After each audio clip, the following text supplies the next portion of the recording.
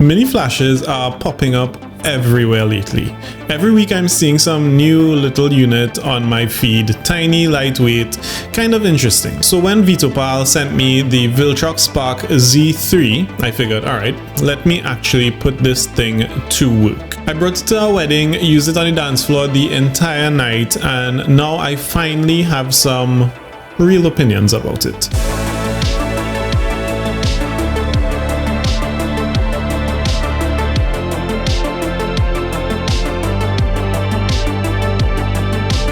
So in this video, I'm going to walk you through what the SPARK Z3 did well, where it struggled, and whether it's something I'd actually keep in my bag for real events. Viltrox did send me this flash for free so I could make a video on it, but as always, they don't get to see the script, they don't get to approve anything, and everything I'm about to say is my genuine, honest opinion. The first thing that stood out to me with the SPARK is the design. It has this futuristic, almost cyberpunk look, sharp lines, angled edges, transparent elements. But at the same time, it also has this kind of military gadget vibe, like an attachment you'd clip onto some high-tech gear in a Call of Duty game. It definitely doesn't look like your typical flash, and honestly, that makes it pretty fun to use. Now, I'm not sure how or why they decided to go with this futuristic cyberpunk meets military aesthetic, but it definitely makes the flash stand out. And honestly, it looks really good on my Nikon ZF. The retro body with this modern techie attachment is a weird combo that for some reason works. My only complaint is the color options. It comes in this gunmetal gray, which is fine, and a version they call Tundra Green, but I really wish they had a plain black option. Black just matches everything. Okay, so in terms of the controls, the SPARK is very stripped back. There's no screen, no menus, no hidden settings. You've got two dials, one for your mode, one for your power, and a test fire button on the top. And that's pretty much the whole interface. The dials themselves are actually really satisfying to use. They're super clicky and they make this nice little tactile tick-tick sound every time you move them around.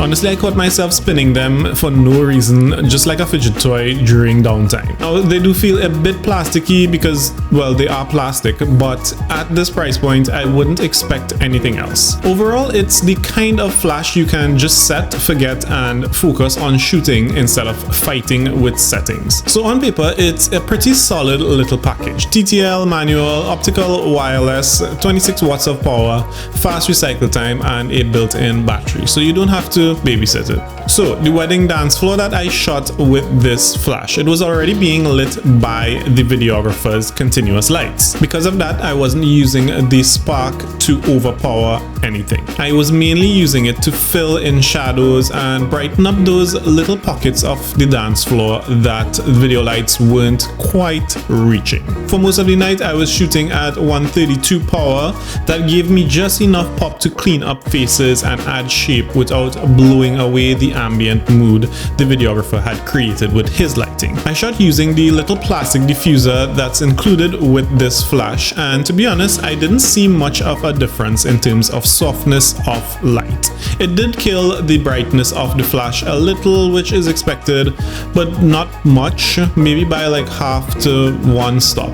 I did use it as my main light for a few shots just to get that direct flash paparazzi style look, and for those moments I went full power and half power. It actually held up fine, but that was only for a few shots. I also tried the TTL mode for a bit, and honestly it was more accurate than I expected. But I still don't use TTL much. I like to dial in my flash output exactly how I want it, and I don't like when power is constantly changing on me with these flashes. So after testing it, I went straight back to manual. So in terms of performance, the SPARK actually kept up better than I expected for something this small and this affordable. Because I was shooting mostly at 132 power, the recycle time was pretty much instant. consistent. I never had a moment where I hit the shutter and the flash didn't fire. On a dance floor where everything's moving fast and you're shooting a lot of frames in a row, that's really all I need, and I was burst firing a lot of the time. The consistency was solid too. At those lower power settings, every pop looked the same. No random underexposed frames, no weird color shifts, nothing strange happening in the shadows or anything like that. The few times that I pushed it to full power for that straight on paparazzi look, the recycle time slowed down a bit to around 1 second,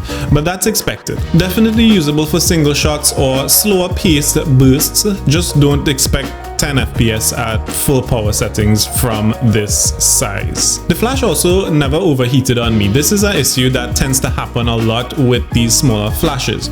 Granted, I wasn't blasting full power all night, but even after long stretches at 132 power, sometimes 116 power, the body got a little hot but never overheated to the point of shutting off or not firing. And honestly, the results speak for themselves. The photos came out clean, the shadows were filled nicely, the subjects were lifted just enough without killing the ambient light. It did exactly what I needed it to do on the dance floor. So after using this thing all night and surviving the dance floor, here's my honest pros and cons, because yes, there were some surprises. On the positive side, it's a very predictable little flash. Nothing ever felt random or inconsistent.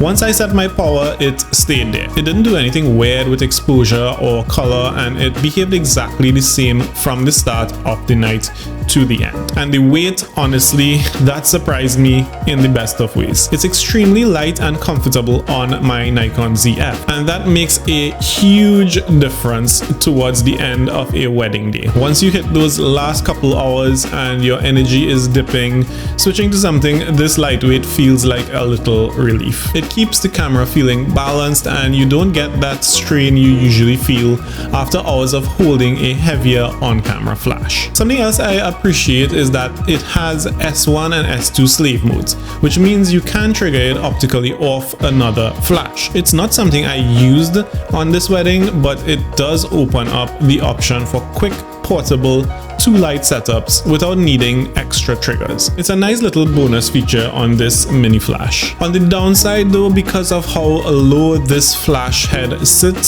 certain lenses can cast a shadow in your frame, especially longer ones. It's not the flash's fault, it's just geometry, I guess. But it's something to keep in mind since it's a fixed head and you can't tilt up. Also, I wish that the power dipped down to 128 instead of stopping at 164, because there were a few close-up moments where I wanted just a little less light. And a battery level indicator would make a huge difference as well. The battery life itself is fine, but not knowing how much you have left gave me a little bit of anxiety. Okay, so who is this flash actually for? Honestly, I think this flash fits anyone who wants something simple, lightweight, and reliable without dealing with big on-camera flashes or complicated menus. If you shoot events, especially weddings, and you like having a little pop of light to clean up your shadows or lift your subjects without overpowering the room, this is a great option. It's also perfect if you want a flash that you can just throw in your bag and forget about it until you need it. It doesn't take up space, it doesn't add weight, it doesn't get in your way. It's also great for those who like that very direct, harsh flash look. It is a direct flash that you cannot shift around, so it's always head on and straight on to your subject. I'd also say it's great for beginners who feel intimidated by large flashes. The controls are straightforward, there's no learning curve, and you can get consistent results really quickly from this flash. And if you like doing small creative setups like adding a second light behind your subject, the S1 and S2 slave modes make this super easy without needing extra triggers. Now, if you're someone who shoots big rooms or needs a ton of power, this probably isn't the flash for that. But if you want fast, convenient, no stress on-camera lighting for receptions, parties, dance floors, or even quick portraits, the SPARK Z3 fits that role perfectly. So yeah, that's my experience with the Viltrox SPARK Z3. If you want to check out the SPARK Z3 or anything else I used in this video, I've got affiliate links in the description below. They don't cost you anything extra, but they do help with my channel. As always, if you found this video helpful, feel free to hit the like button. It really does help push the video out a bit. And if you want to see more real world photography reviews, wedding breakdowns, or me just testing random pieces of gear I probably didn't need, go ahead and subscribe. All right, I am out, and go take some photos. Try not to fiddle with the dials on this a little too much. People will look at you kind of weird.